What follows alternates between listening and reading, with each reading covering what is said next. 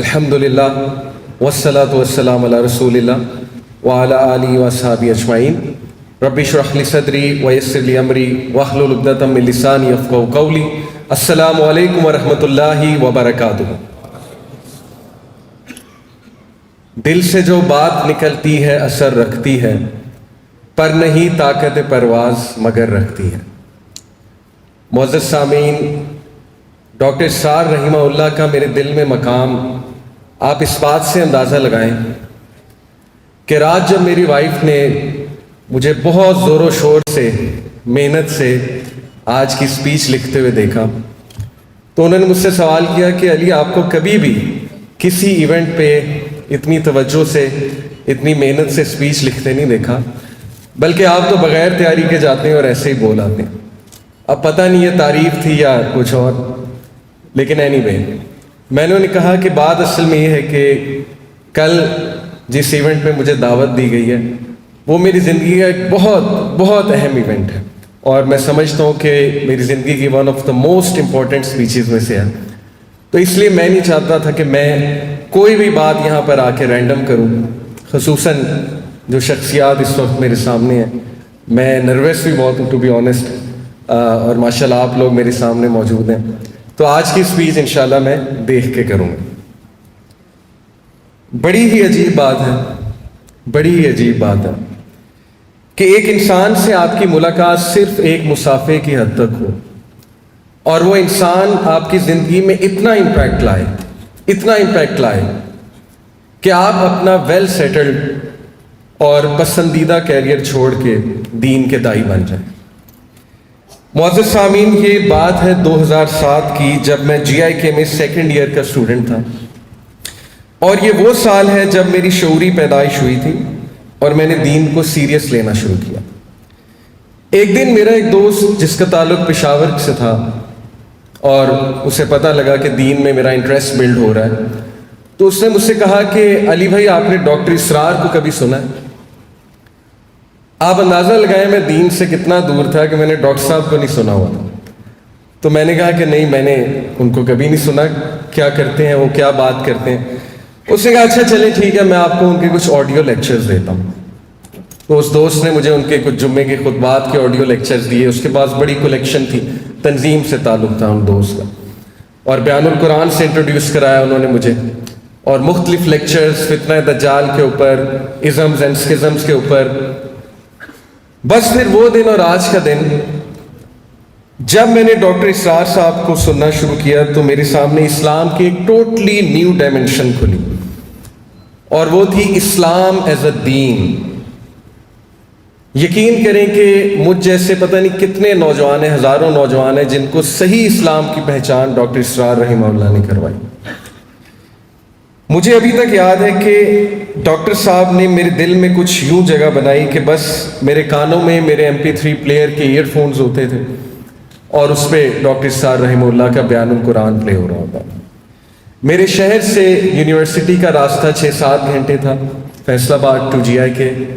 تو سارا رستہ الحمدللہ میں بیان القرآن سنتا جاتا تھا، اور اس طرح جو اگلے 3 سال یونیورسٹی کے تھے میں نے بیان القرآن سنا. 3 سال میں میرے دائی بننے میں سنگل ہینڈڈلی ڈاکٹر صاحب کا بہت بڑا کردار ہے.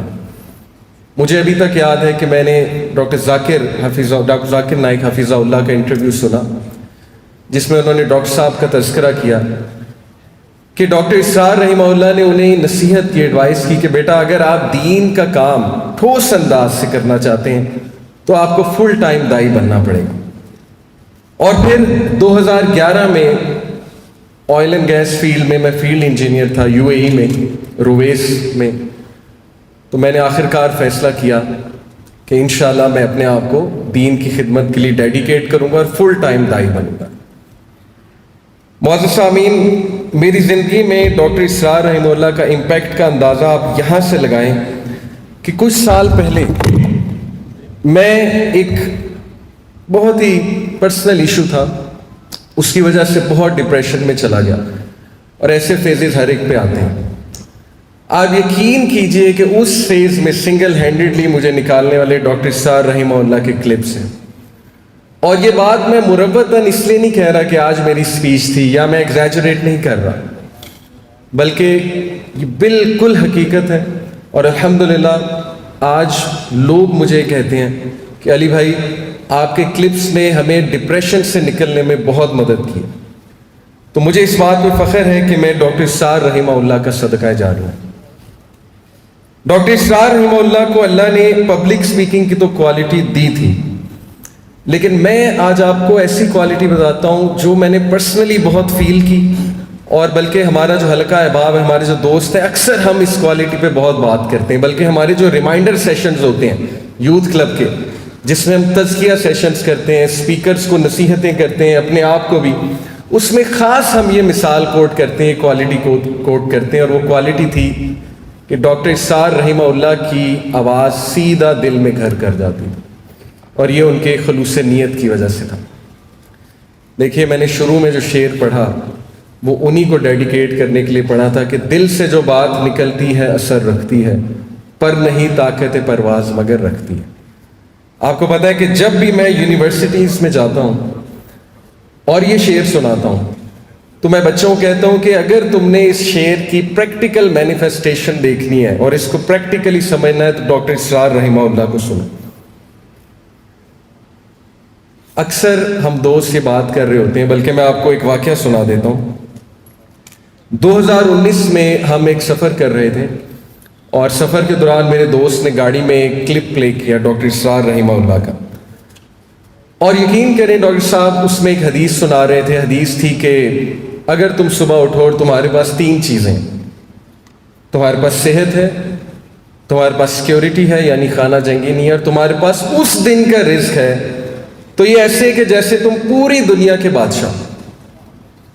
آپ یقین کریں میں نے اپنے دوستوں کو کہا کہ واللہ خدا کی قسم پتہ نہیں کتنی بار یہ حدیث سنی، لیکن جو اثر اس حدیث کا ڈاکٹر صاحب کی زبان سے سن کے ہوا ہے وہ اثر آج تک نہیں ہوا. اور بے شک زبانوں میں تاثیر اللہ رب العالمین کی طرف سے. میں نے ڈاکٹر صاحب سے کیا سیکھا؟ نمبر 1 عقیدہ، کریڈ، ٹھوس عقیدہ جو آج تک مجھے قائم رکھے ہوئے ہے، جو آج تک الحمدللہ مجھے موٹیویٹڈ رکھے ہوئے ہیں. اور جیسا کہ وہ آیت سورہ ابراہیم کی الم تر کیف ضرب اللہ مثلا کلمۃ طیبۃ کشجرۃ طیبۃ اصلها ثابت وفرعها فی السماء، کہ اللہ نے مثال دی اس شجر کی، اس پاک شجر کی کہ جس کی جڑیں بہت مضبوط ہیں اور جس کی شاخیں آسمانوں کی بلندیوں کو چھو رہی ہیں. تو میں یہ سمجھتا ہوں کہ یہ عقیدہ مجھے سکھانے والے ڈاکٹر اسرار رحمہ اللہ. پھر لو فار قرآن، اللہ اکبر. مجھے ابھی تک یاد ہے کہ جب میں نے قرآن پڑھنا شروع کیا 2007 میں، تو ڈاکٹر صاحب کا ایک کلپ میرے سامنے سے گزرا جس میں وہ نصیحت کر رہے تھے کہ جب بھی تم قرآن پڑھو تو یہ دعا پڑھ لیا کرو. وہ اصل میں غم کی دعا ہے. اللہم انی عبدک ابن امتک ناصیتی بیدک ماض فی حکمک، لمبی دعا ہے. اور اس میں الفاظ یہ آتے ہیں کہ اللہ قرآن کو میرے دل کی بہار بنا دے، قرآن کو میرے سینے کا نور بنا دے، قرآن کو میرے غم کی دعا بنا دے، دوا بنا دے. تو یقین کیجئے کہ میں نے ڈیلی یہ دعا کرنا شروع کر دی ڈاکٹر صاحب کا کلپ سن کے. اور الحمدللہ مجھے فخر ہے اس بات پہ کہ قرآن مجید میری زندگی میں ایک کمپینین بن گیا. اور آج جب بھی میں قرآن پڑھاتا ہوں تو ڈاکٹر صاحب کے لیے دل سے دعا نکلتی ہے. اور الحمدللہ لوگ یہ فیڈ بیک دیتے ہیں کہ اللہ سبحانہ و تعالیٰ نے آپ کو بہت آسان انداز میں قرآن سمجھانے کا ایک وہ فن دی ہے، جو کہ میں سمجھتا ہوں اللہ رب العالمین کی طرف سے، اور اس دعا کا نتیجہ ہے کہ ڈاکٹر اسرار رحمہ اللہ سے میں نے سیکھی. 3rd، اسلام ایز اے دین، جو میں آپ کو پہلے بھی بتا چکا. دیکھیے نوجوان طبقہ آج یونیورسٹیز میں ہمارا جانا ہوتا ہے. الحمدللہ پچھلے 10 سال میں شاید میں 500+ یونیورسٹیز کو وزٹ کر چکا ہوں پاکستان میں، بلکہ 500 شاید زیادہ 200+. اور میں آپ کو حتمی یہ بات کہہ رہا ہوں کہ ہمارا جو پڑھا لکھا نوجوان طبقہ ہے اس کے مائنڈ میں یہ کلیئر نہیں ہے کہ اسلام ایک دین ہے. ان کے مائنڈ میں طرح طرح کی مسکنسیپشنز ہیں دین کے حوالے سے. تو یہ بہت بڑی خدمت ہے ڈاکٹر اسرار صاحب کی، اور یوتھ کلب کے تمام سپیکرز ماشاءاللہ ان سے اسی وجہ سے انسپائرڈ ہیں. اگلی چیز جو میں نے ان سے سیکھی، علامہ محمد اقبال کی شاعری کی روح، اور مجھ میں جو شوق پیدا ہوا علامہ محمد اقبال کی شاعری کو سمجھنے میں. And then lastly, very important, awareness about modern fitnas, especially fitna dajjal.